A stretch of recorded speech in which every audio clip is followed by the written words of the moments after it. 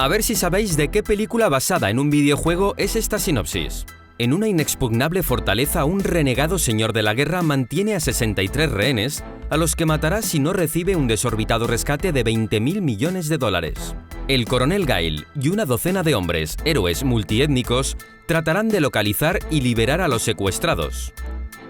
Efectivamente, esta no era difícil. Se trata de Street Fighter, la última batalla.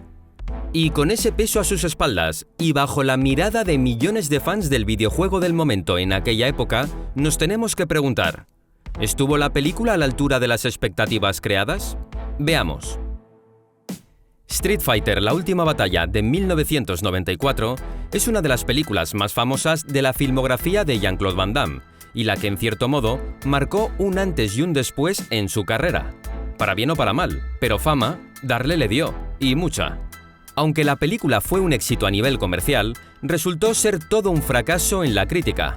El gran problema es que su director, Steven E. de Souza, pretendió hacer una película lo más realista posible, cogiendo el por entonces escaso lore de la franquicia y adaptándolo al formato live action, como buenamente se pudo, pero lo mucho que se alejaba de la fuente original, el videojuego Street Fighter 2 y su revisión, Super Street Fighter 2 The New Challengers, fue irónicamente uno de sus principales puntos negativos. Y es que si los fans quieren ver una cosa y tú les das otra, la desilusión llega a la primera de cambio. Junto con Van Damme, había otros actores de renombre como Raúl Juliá o la famosa cantante Kylie Minogue, que para la ocasión se ponía bajo la piel de Cammy. De hecho, no era la primera vez que la cantante australiana participaba en un rodaje, ya que en su Australia natal había hecho mucha serie de televisión. En fin, un elenco bastante conocido como gancho, nunca mejor dicho. En líneas generales, la película Street Fighter era una adaptación a imagen real del videojuego Super Street Fighter 2 The New Challengers de 1993. Sucede que la trama del título era muy sencilla. Un señor de la guerra crea un torneo de lucha con tal de ver quiénes son los mejores luchadores del mundo y lavarles el coco para que trabajen para su organización criminal. En el videojuego creado por Capcom sí se utilizaban todo tipo de poderes y habilidades sobrehumanas, que sin embargo harían muy difícil una adaptación fidedigna y creíble con actores de carne y hueso. Proyectiles como los Hadouken de Ryu y Ken, o el Sonic Boom de Gail, los ataques eléctricos de Blanca o el Psycho Crusher de Bison eran a priori difícilmente trasladables al cine. Recordemos que estamos en el año 1994. Los efectos especiales ya eran muy buenos, pero claro, esta película era muy particular.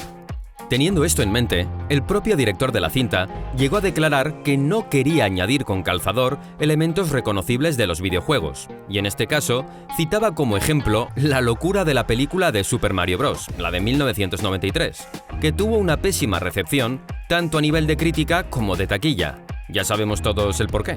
El caso es que el realizador comentó que no quería hacer uso de las habilidades sobrenaturales mostradas en los juegos, pero que haría guiños hacia ellas como posible gancho para una secuela, la cual nunca se produjo. De todas formas, en la cinta sí encontramos varias referencias, bastante sutiles, a algunos movimientos de los personajes del videojuego, como la Flash Kick de Gail o el Hadouken de Ryu, que quedaron a modo de guiño simpático y poco más. Otra de las grandes dificultades de adaptar este videojuego a la gran pantalla era la relativamente escasa información sobre su trasfondo y tramas generales que había del universo de Street Fighter por aquella época, básicamente su propio lore. Una de las grandes obras de la saga fue la celebrada película de anime estrenada apenas unos meses antes que la adaptación live action, y también hubo un manga poco conocido publicado entre 1993 y 1994, pero poca cosa más. Por tanto, de Souza, el director de la película, que también era el guionista, tuvo que apañárselas para dar cierta coherencia a una historia con un número de personajes de relevancia tan elevado y de orígenes tan heterogéneos como exóticos. Y evidentemente, si tú planteas una película basada en un videojuego de lucha en el que los personajes tienen poderes especiales y en la película te saltas a la torera ese aspecto para centrarte en otros que no importan a nadie, pues obtienes el desdén de la crítica y la furia de los fans contenida en un puño. Obviamente, este aspecto de la película fue uno de los principales puntos negativos señalados por las críticas. A grandes rasgos, en ellas se hacía alusión a que los orígenes de la inmensa mayoría de los personajes, así como las relaciones entre sí, eran inventadas en la película con respecto a los videojuegos. El ejemplo más claro era el caso de Ryu y Ken. Mientras que en los videojuegos eran dos artistas marciales, en la película son dos estafadores de poca monta. ¡Tócate los kiwis, Marco Antonio! A todo esto habría que añadir un factor importante para que el resultado de la película fuera el que vimos en la gran pantalla. Sí, se trata de la actitud de Van Damme durante el rodaje. Digamos que Van Damme no solo tomaba fruta fresca y pechuga de pollo para mantener los músculos a tono, sino que también se metía por la nariz hasta las pintadas de la línea de córner de un campo de fútbol. Vamos, que estaba a tono para hacer 7 Sonic Booms por segundo. Pero lo que respectaba a la convivencia con sus compañeros de rodaje y el equipo de producción, la cosa no ayudaba mucho. La adicción a tales sustancias llegó a un punto tal en el que, según el propio Van Damme, llegó a consumir 10 gramos diarios, el equivalente a unos $10.000 semanales en aquella época. Para contextualizar este tema, hay que recordar que el actor belga era uno de los actores de acción más cotizados del momento, lo cual se reflejaba en su gran caché. El problema es que este ritmo de trabajo casi constante y su divorcio reciente hicieron que desarrollara adicción a una droga tan peligrosa como la cocaína. Jean-Claude se ponía loco con la cocaína, comentaba de Souza en una entrevista. De hecho, el estudio tuvo que contratar a una persona para vigilarlo, pero por desgracia fue una mala influencia. Anda que también es mala suerte, ¿eh? Van Damme llamaba diciendo que se encontraba tan mal a menudo que yo tenía que mirar en el guión para encontrar otras cosas que poder rodar. No nos podíamos parar sin más. Además, en 2 ocasiones, los productores le dejaron irse a Hong Kong, y en ambas llegó tarde. Los lunes ni se presentaba, sentenciaba el director. Mucho viaje a Hong Kong se ve que no le sentó demasiado bien, pero para rizar más el rizo, su romance con Kylie Minogue durante el rodaje tampoco ayudó demasiado a que esa producción no fuera un auténtico caos. Y claro, como colofón final, estaba eso de tener que rodar en un país al borde de un posible golpe de estado. Tailandia fue el país elegido para la ubicación del rodaje. En sus parajes recrearon Shadaloo, una nación ficticia del sudeste asiático a punto de ser conquistada por M. Bison, Raúl Juliá, un traficante de drogas reconvertido en señor de la guerra. Por cierto que Street Fighter fue una de las últimas películas de este actor nacido en Puerto Rico, quien por aquel entonces estaba luchando contra un cáncer de estómago muy virulento que terminó quitándole la vida en 1994. Pese a todos los problemas y contratiempos por los que tuvieron que pasar todos los implicados, Street Fighter fue ante todo pronóstico una película rentable. Recaudó casi $100 millones en todo el mundo, partiendo de un presupuesto de 35 millones.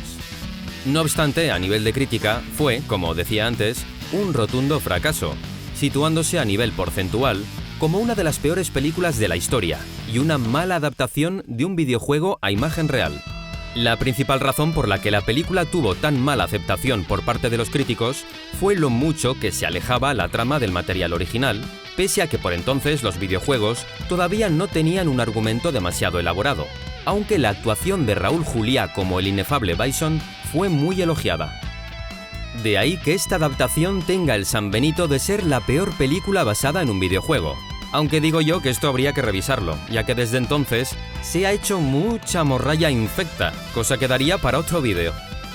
El resultado final de la película fue descrito por De Souza como una mezcla entre Star Wars, James Bond y una película bélica. ¡Toma ya! Pese a ser una de las películas de mayor presupuesto en las que participó Van Damme, la lucha callejera salió un poco rana. Sin embargo, a favor de ella hay que decir que se hizo todo lo que buenamente se pudo para que el proyecto llegase a buen puerto, porque a dificultades no la gana nadie. Bueno, quizá Coppola nos calle la boca con lo que acabo de decir, pero vamos, no fue nada fácil trabajar en esas condiciones. Y aun conociendo sus penurias, la crítica no tuvo piedad con la película, a la cual machacó. Pese a todo, y cosas del destino, con el paso del tiempo se ha convertido en una película de culto.